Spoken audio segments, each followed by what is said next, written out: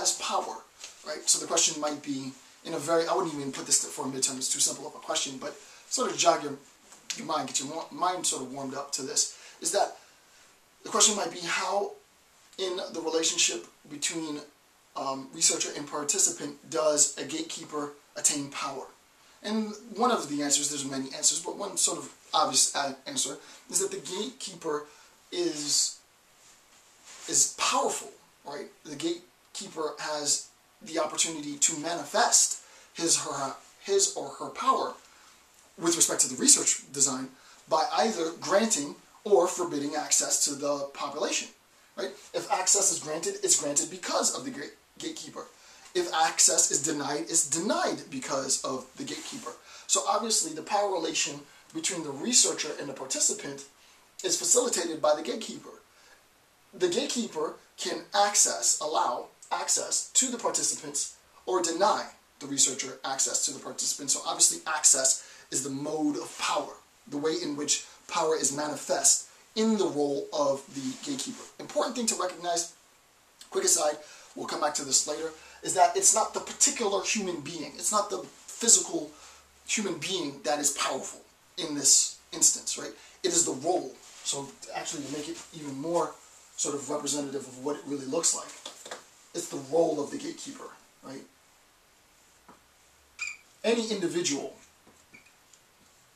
can occupy this space. It's not the individual that's inherently powerful at all. It's the role that's powerful. So it's important to recognize that if, you know, Bob's giving you a hard time and he's the gatekeeper, but he's not the only gatekeeper, then you can circumvent Bob's authority by gaining access to the population through another gatekeeper, right? Often what will happen, depending on the organization you work with, and also depending on how protected the population is of participants, of potential participants, there might be multiple gatekeepers precisely because organizations recognize that we don't want the individual gatekeeper to, for lack of a better phrase, get it twisted. Don't get it twisted. It's not you that's powerful. It's the position that we've created that's powerful, and we can fill that position with anybody. So it's not the particular individual that's powerful with respect to the ability to grant or deny access to the population. It's the position itself, right? Not the individual, but the position. Okay, so gatekeepers function as a means of accessing potential participants. The notion of access and accessibility will factor into our analysis. All right, so that should be clear. We have the various relationships in this sort of triad relationship. We recognize that the gatekeeper is the individual that grants access to the participants, and we also recognize, as I said before, that ethical considerations need to govern the conduct between each aspect of this triad. All right, so let's give some examples. So some examples of gatekeeper ethical violations. What I did is I wanted to think conceptually of very concrete real-world examples that I could give during this lecture so that you would have a very clear understanding of the violation. Why is it important? It's important for you to recognize why it's a violation because insofar, excuse me,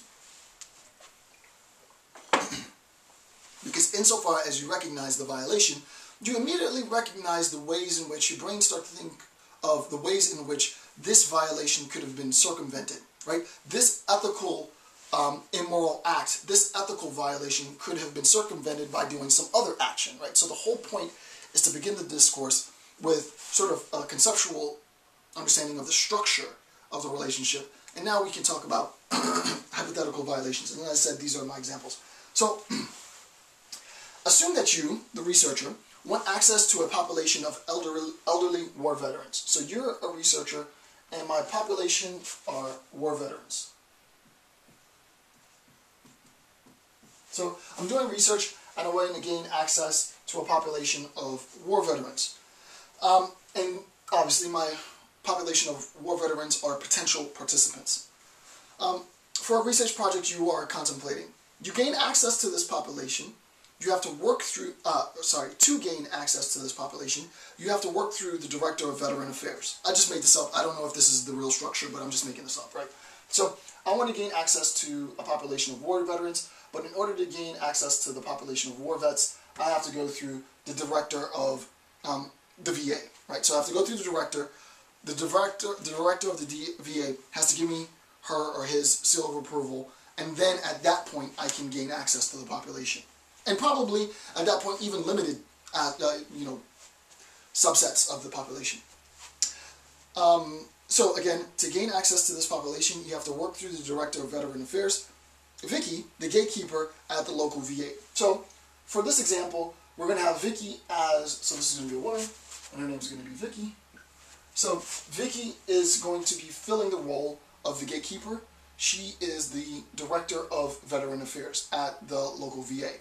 You want to get access to war vets, but in order to gain access, you can't just walk in the VA and start interviewing people.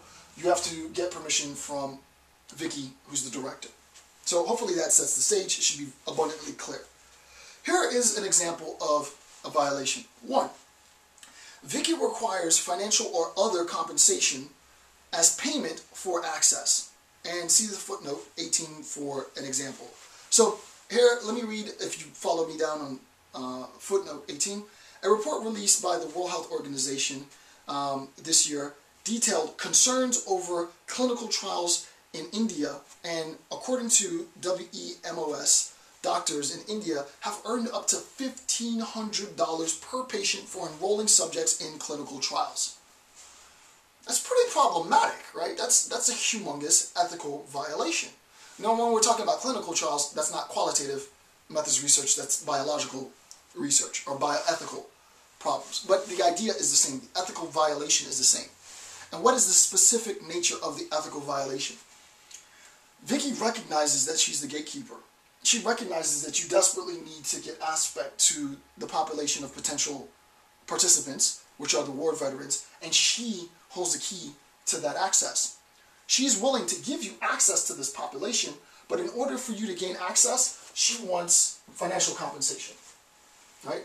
So that the relationship between the researcher and the gatekeeper has an ethical violation that could potentially surface. Why? If the access to the population of potential participants requires some compensation, right? And it could be sexual compensation. It could be financial compensation. It could be some type of nepotistic compensation. It can be anything, right? This is a huge problem. This type of compensation, quote unquote, is problematic. I hate to get into ethics and politics, but it popped in my head. So I'm not going to name any names, but I'm just going to give you a contemporary political example.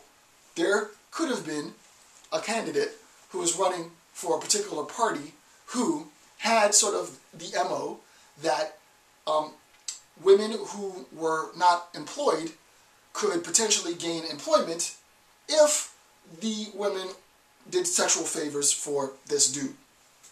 I'll let you figure out who that was. I tried to keep it purposefully ambiguous. Well, that's an ethical violation.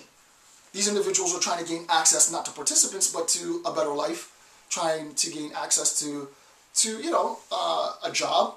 But in order to get the job, in order to gain access to the job, you have to compensate this individual with sexual favors. Problematic, right?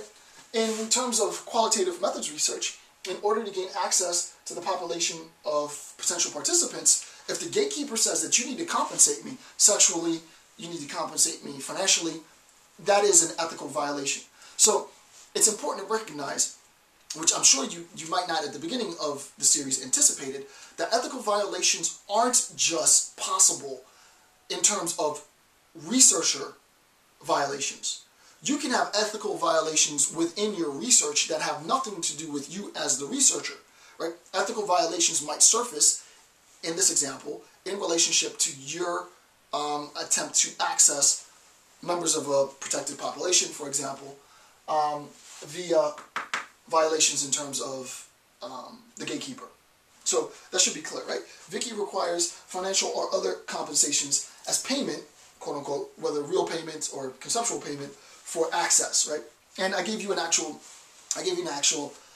case in which this had occurred. As a matter of fact, the case occurred last year, right, in 2011. So it's something that's